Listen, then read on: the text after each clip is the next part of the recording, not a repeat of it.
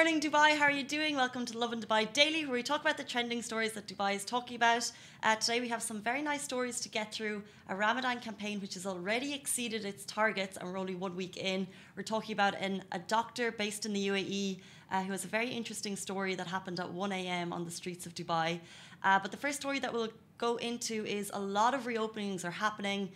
They're kind of being rolled out gradually across industries. And this was one of our biggest stories yesterday, is that City Walk, Le Maire, Kite Beach and other major destinations, including Dubai Gold Souk, Dubai Festival City Mall, have all reopened. So along with the easing of movement restrictions, businesses are gradually reopening in accordance with the very strict guidelines laid out by UAE authorities. So what we kind of covered today in this title is that all major Miras destinations, including Box Park, Al Seef, Blue Waters, City Walk, Kite Beach, Le Maire, The Beach, The Outlet, and all last exit destinations, including Al Qudra, have now officially reopened. It's worth noting that this is a reopening phase, so it's not just all doors open, and it will mean the destinations will operate from 12 p.m. to 10 p.m. and that the public should be aware that necessary and continuous sterilisation processes have all been implemented, like I said, in line with the guidelines and regulations laid out by authorities. It's worth noting, just by the way, because we did post this yesterday, and there are a lot of questions about Kite Beach, whether the public beach was open. That is not open. When we say Kite Beach, it's the Miras destinations. That kind of means all the food and beverage destinations are permitted to open. Whether or not they've already rolled out to open, it's not sure, but the fact that they are permitted to open.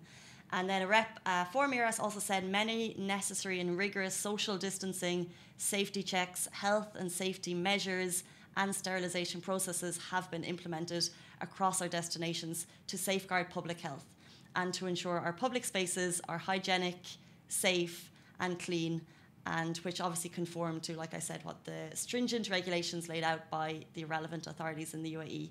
I think that's worth noting how, yes, places are opening and there's questions about the reopenings, but I think it's worth noting that there are strict guidelines in place. It's kind of interesting to see how the gradual rollout is happening. We also saw some photos just recently, I think in the last few hours, shared by Dubai Media Office of Festival City Mall. So in terms of guidelines, all of these places, obviously there'll be sterilisation happening every day. They can only operate at 30% capacity. So for businesses to be able to reopen, it's fantastic. It also means that they're following strict guidelines, social distancing will be in place, so our habits will be changing when we go to these places. But it's just for you guys to know that these places have reopened. Also, Dubai Gold Souk was just announced by WAM, which is the Emirates news agency. They are also started their rollout. Of course, it's the iconic Gold Souk, but they'll be operating at reduced trading hours and also, of course, following the strict guidelines. So they're just some of the reopenings. Of course, we know malls have reopened. Schools have not, of course. I think they're closed until the end of the term. And all employees' offices can operate at 30% capacity. So we're kind of seeing ease back into a semblance of normality. And we'll move on to our next story. A doctor who got pulled over by police, and she wants to say thank you to Dubai police. So this is kind of a very nice story. Aisha Sultana, she was driving through Dubai at 1 a.m. during curfew hours when she was pulled over by Dubai police. She said that she had her papers with her and she was actually kind of ready. She was returning from Dubai with her papers and she was ready to show them to Dubai police. But actually at the moment, Dubai police refused to check anything. He just gave her a salute and told her to drive on. And she said that basically as a resident, this was the biggest day of her life, and she shared the story to Twitter, She shared the story to Twitter. It's got a massive response, and she also added in another tweet that she is blessed to be here and to serve the people of the UAE. And the tweet's gone viral because it's a very touching story. But I think that's amazing, her response to say that she is blessed to serve the UAE, when I think that I'm sure the police officer who stopped her driving at 1 a.m. to or from a shift would have been kind of in awe of her for the work that she's doing on the front line, and the fact that she says that she's blessed to be in the UAE and to serve the UAE, I thought was pretty touching and incredible. And that, like I said, that story has been shared a lot. I think that police officer salute. It's hard for anyone to kind of show our gratitude. There have been claps. Obviously, we all remember the claps, which has kind of died down a little bit. But the claps at night and people kind of supporting from balconies. But I think the gratitude for frontline workers from everyone at home at the moment, it goes without saying, but it's also, there's no way to kind of fully show our gratitude right now to the people that are working on the front line. But we'll move on to our final story. The 10 Million Meals campaign, which you may or may remember, it was announced just before Ramadan started. It has reached its target in just 1 week. I think this is incredible. So it is the holy month. The generous spirits are high, but it's hard to imagine even kind of organisers behind this campaign expected to exceed the 10 million meal target in just 1 week. So I think this is really incredible. The 10 Million Meals campaign was announced originally by His Highness Sheikh Mohammed bin Rashid Al Maktoum, Vice President and Prime Minister of the UAE and ruler of Dubai. And the purpose of it is to provide meals and food parcels to vulnerable individuals, and it's in collaboration with the Social Solidarity Fund against COVID-19. And within 1 week, they managed 11 million meals. And this will obviously run throughout the holy month of Ramadan. We've mentioned it before that you can actually kind of do it by text message, you can do it by bank transfer, you can do it by going online. There's lots of ways that you can donate. But what I think is really cool is that they have seen donations from all over. So from the likes of me and you, from business people, humanitarian organizations, and through SMS alone. So from someone who is picking up their phone right now to message, they have gotten 412,000 meals just through SMS.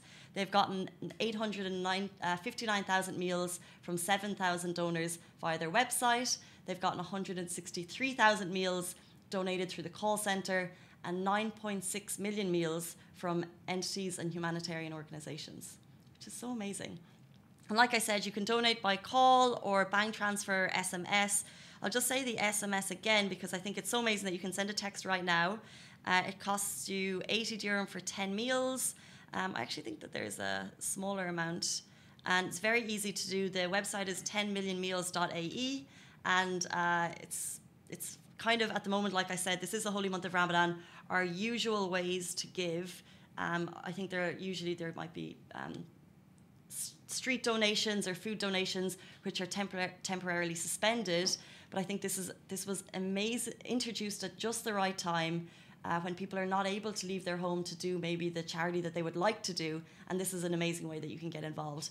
It's born and bred in the UAE for the people of the UAE who need it most. So it's just fantastic. And like I said, if you want to check it out, the website is 10millionmeals.ae. Finally, before we leave you, we'll leave you with our isolation diaries. This is a accurate representation of Dubai parents in the UAE.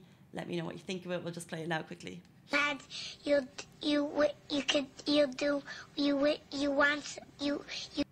you ever had a dream that